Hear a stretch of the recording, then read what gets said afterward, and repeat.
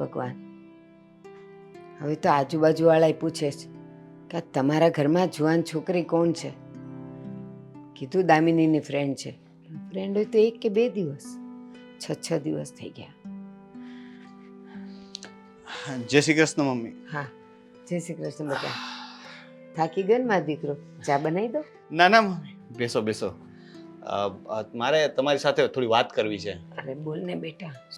હા, actually mummy, આજે મારા સસરાનો ફોન આવ્યો હતો અને હવે એ લોકો કહે છે કે જલ્દીથી લગ્નની તારીખ લઈ લઈએ, કારણ કે સગાઈને વરસ થવા આવ્યું છે તો લગ્નની તારીખ લઈ લઈએ તો સારું, એવું કહેતા હતા.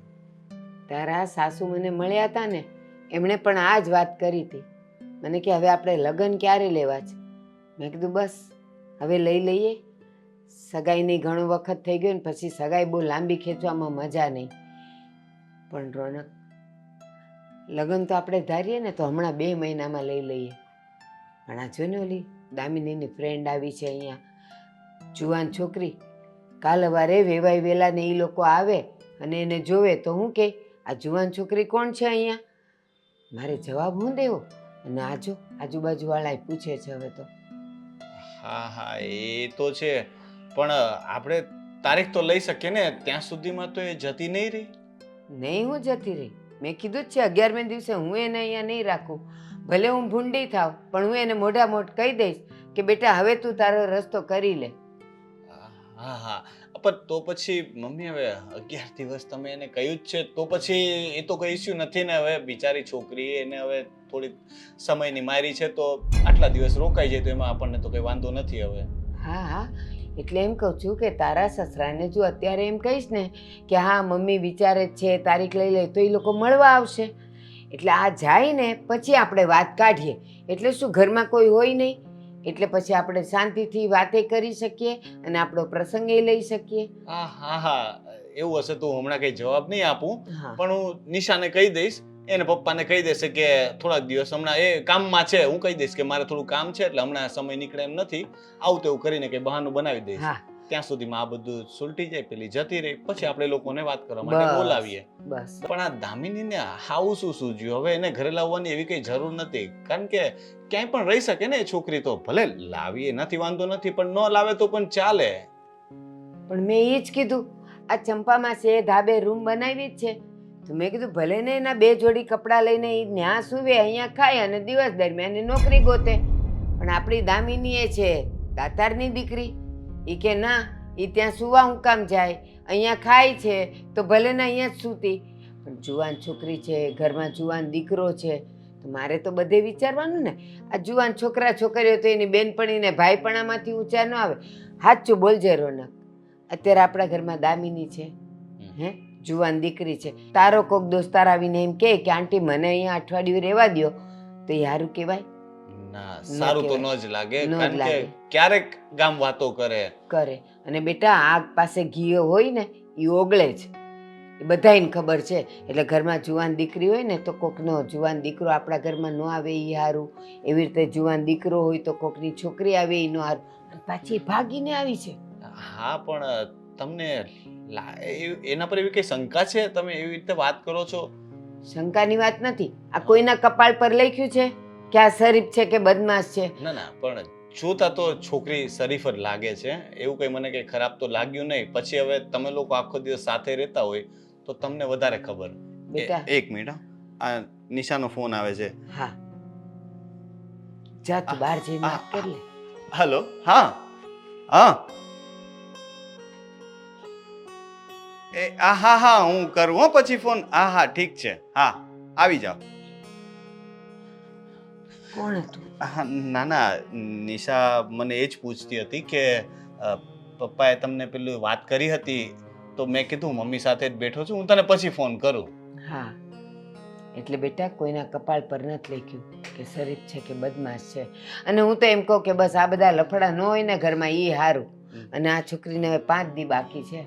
ના ના નીકળી એ જા. આપણે થોડા દિવસ હું એ કંઈક પણ બહાનું બનાવી દઉં ને પછી આપણે વાત કરશું. હા. એમાં કે 5 દિવસમાં કે બગડી તો જવાનું નથી બગડતું, અને કદાચ એ લોકો વાત કરે ને તો કહેજે કે મારે કંઈક ધંધાના કામે એ- બહાર ગામ એની જવાનું ચિંતા છે. તમે ન કરો, હું બસ કંઈ પણ કારણ બતાવી દઈશ. એ હા. ઠીક છે, હવે હું આવું થોડી, હમણાં જરા કામ છે ને તો ના પતાવી, ના, હા ને? તું તારું કામ ને પતાવ. ફોન કરી લઉં ને. હા બેટા. અરે મારો દીકરો.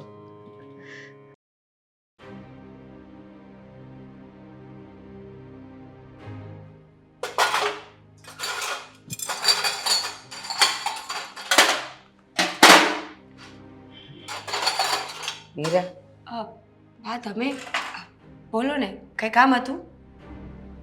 મીરા, તને તારા જીવનમાં જે પણ કાંઈ તકલીફ છે, તું અહીંયા, તું મારી દામિનીની ફ્રેન્ડ છે, તું અહીંયા આવી, મને ગમ્યું કે તને અમે આશરો તો આપ્યો, પણ તું પાછી ઘરમાં બધા કામમાંય મદદ કરે છે.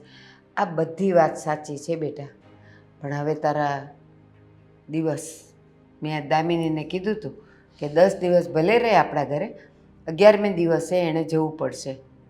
તો બેટા આજે 11મો દિવસ છે, અને બપોર સુધીમાં તું તારે શાંતિથી જમીને તારા થેલા લઈને તું જતી રહેજે.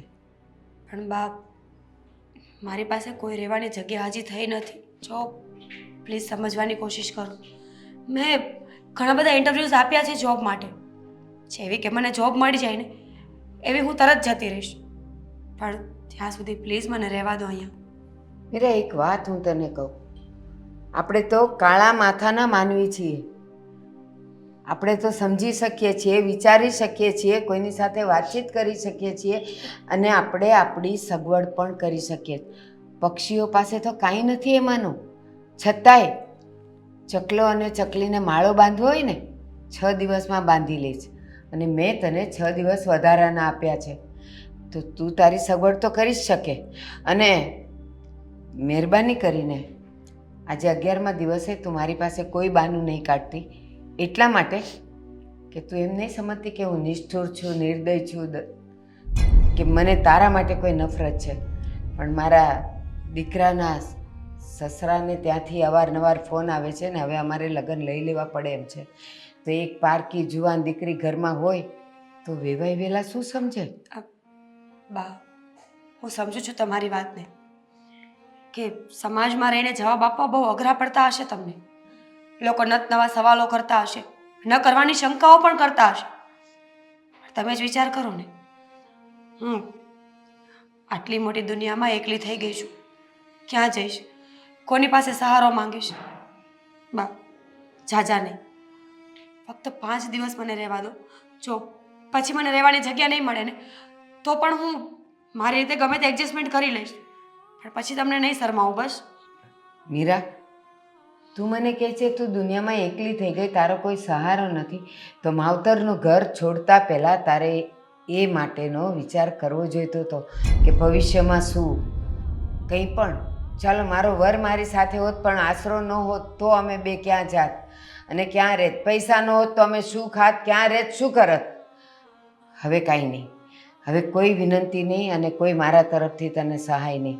બસ આજે બપોરે તું નીકળી જા, મારે હવે અહીંયા રહેવાનું એ અઘરું પડી ગયું છે. આજુબાજુવાળાએ મને પૂછે છે કે દામિનીની ફ્રેન્ડ 1 દિવસ 2 દિવસ, આજે 11 દિવસ થઈ ગયા, શું કરે છે એ અહીંયા અને શું કામ અહીંયા છે? બધાને જવાબ આપવાનો મને ભારે પડી ગયો છે. બસ કાંઈ સાંભળવું નથી. આ 10 દિવસ મેં તારા પર જે પણ કંઈ દયા કરી, તને મદદ કરી, તને આશરો આપ્યો, એને મહેરબાની સમજીને તું આજે ને આજે નીકળી જા. ઠીક છે બા, થેન્ક યુ કે તમે આટલા દિવસ મને તમારા ઘરમાં રાખી. મારાથી કોઈ પણ ભૂલ થઈ ગઈ હોય તો પ્લીઝ મને માફ કરી દેજો. હું સમજુ છું કે માણસને પોતાની ઇજ્જતથી વધારે કંઈ નથી હોતું, અને એટલે જ હું ચૂપચાપ તમારા ઘરે આટલા દિવસ પડી છું કે કદાચ ગમે તેટલી સારી રીતે રહીશ ને તો આપણે એકલી સ્ત્રીને ક્યારેય માન નહીં મળે. જે હોય તે, તમારો ખૂબ ખૂબ આભાર કે તમે આટલા દિવસ મને સાચવી. હું આજે જ જતી રહીશ. હા, આભાર માનવાની જરૂર નથી, પણ તને મેં જે સમય આપેલો ને એ પૂરતો સમય આપેલો, અને હવે જો કંઈ ન થતું હોય તારાથી તો એ મારો પ્રશ્ન નથી ને બેટા. અને હા, હજી એક છેલ્લી વાત, હું તને અહીંયાથી ખાલી મોકલું છું, પણ ગમે ત્યારે તને ખાવા પીવાની તકલીફ પડે તો 2 ટાઈમ મારે ત્યાં જમી જજે. એને માટે હું તને ક્યારેય ના નહીં પાડું, પણ સૂવાની, ઉઠવાની, બેસવાની વ્યવસ્થા તું કરી લે. જય શ્રી કૃષ્ણ. જય શ્રી કૃષ્ણ.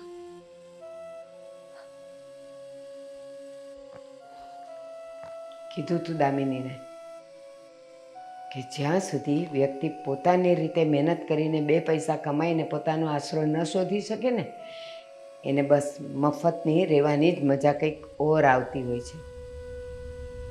11 દિવસ ઓછા પડ્યા કે હજી 5 દિવસ માગે છે? હેલો મિત્રો, જો તમને અમારો વિડીયો પસંદ આવ્યો હોય તો અમારી ચેનલને લાઈક કરો, શેર કરો અને સબસ્ક્રાઇબ કરો. Thank you.